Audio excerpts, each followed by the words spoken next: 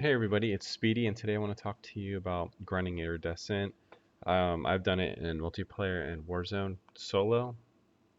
So if you're looking to do one of those things, we're going to kind of look into some tips for multiplayer, how we're going to attack Season 2 for Black Ops 6. Um, kind of sat out the whole Season 1, as I talked about a little bit in the last video. But it's weird how this Iridescent skin is all bugged. It's like black on slate black. I noticed that when I was looking at the rewards. The iridescent skin here is black on black too, but all the other ones have colors. I don't know if that's a settings bug. I've logged in and out, and it's still doing that. So it could be just like, I guess, I don't know, something with the game.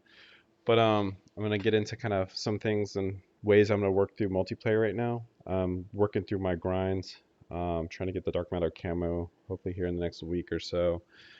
If I wasn't working, I probably could do it in a couple days, but yeah, just wait takes way too long coming home from work and taking care of the kids. And by the time they get to bed, I only get a few hours to play, and even less time after recording. But yeah, we'll get into it. Enjoy the gameplay, and then I'll start to break down different thoughts and things that I'm going to be doing to kind of get warmed up and get myself ready for the season. So the first thing I want to talk about when you're playing solo in a game like Warzone with such high TTK, such different game styles. I know there's a big problem with everyone stacking. There's hackers. You know, once you get to Diamond, Crimson, it's even worse now just because how easily accessible it is. But once you get to Diamond and above, there's statistics that say there's about 70% of the lobbies have a hacker in it, whether they're being blatant or just using wall hacks or radar hacks and stuff like that, or if they just turn it on for clutch moments just to get the win. They're out there, so you're gonna have to have a good mindset. So me, if I come home from work and I've had like a rough day and I'm stressed out, I'm tired, and then if the kids are being a little antsy, that's probably not a day I want to go in and queue solo because I'm not gonna be focused. I'm not gonna have like the mindset and the calmness to want to take over and do that.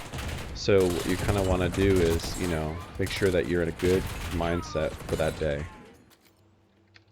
So the second thing I like to do is kind of what you see here, is I log into a hardcore game match and I will practice kind of just the speed of me being able to transition between targets. It's relaxing to be able to go into a map and get 50 to 70 kills, you know, it's fun, it's not stressful. And it also helps with like you getting back into the rhythm after not playing for like a year or two. It's hard to get back into the speed of things, how fast people can kill you and whatnot. So this, with you being able to die in one bullet, you have to be able to react fast, and being on mouse and keyboard, it's a little bit harder sometimes because you don't have that aim assist to help you snap on pretty quick, especially in like close quarters. So I think this is one thing that's helped me out a lot, just to get back into the routine, and I'll continue to do it for an hour or two a night until I feel like I'm where I want to be, and then I'll just probably play just all core and practice, you know, only getting headshots to drop people faster, and then going, you know, for stuff like that because you have less rounds in ranked. So that's my second little tip. You don't have to be as patient as I'm playing right here. I'm just trying to get more headshots than not. Being hardcore, it is kind of awkward. Sometimes they die with a body shot, so you don't really have time to adjust it up. But yeah, let's get into the next thing.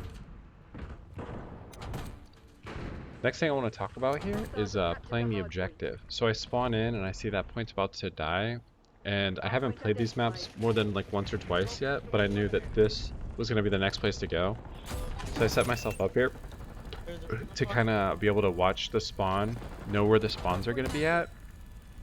I see our guys are popping up over there. So the next place where people are going to be spawning from is that backside. So I'm kind of trying to watch that and cut them off from getting here.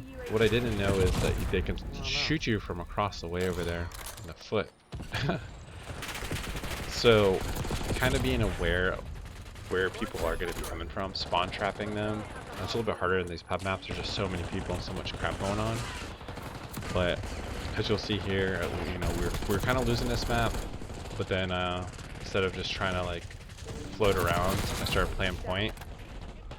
Take point, start getting kills, and one thing you'll kind of learn is if you get kills on point, you're little kill streaks and perks go up way faster. So I was actually able to get some kill streaks that I didn't even use here. I think I had like a chopper gunner or something like that at the end of this, and I just didn't even use it. We ended up winning.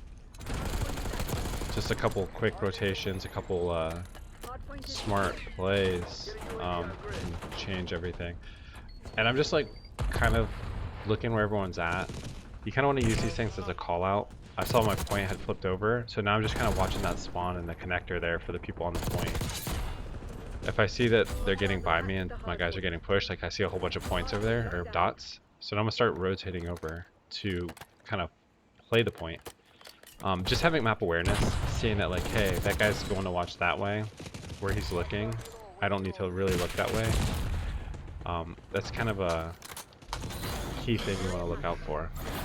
So just learning map awareness, where people are going to be playing, positioning, and how to read your mini-map is going to be real vital playing and queuing solo multiplayer. Because people aren't going to be calling out most of the time. People aren't going to know the names of the callouts. And you being able to relay that to people and see what they're doing and consistently look at the mini-map and know, hey, he's watching this way, I can look this way. They've got that side, I'm going to load this side. Every couple of seconds, just keep doing that. People will think that you're natively just like cheating and other stuff if you're just so aware of the map and what's going on. But you're not, it's like second nature. That's one of the biggest things I could say as far as multiplayer and improving your gameplay. So those are some of the tips and suggestions I have that will help you kind of start to work your way to a little bit better gameplay, and just figure out where you want to be. If you feel like you want to be Iridescent, you be Crimson and stuff, you want to put that effort in, deal with the hackers, deal with all the different people that are playing, and sweat that hard, go for it.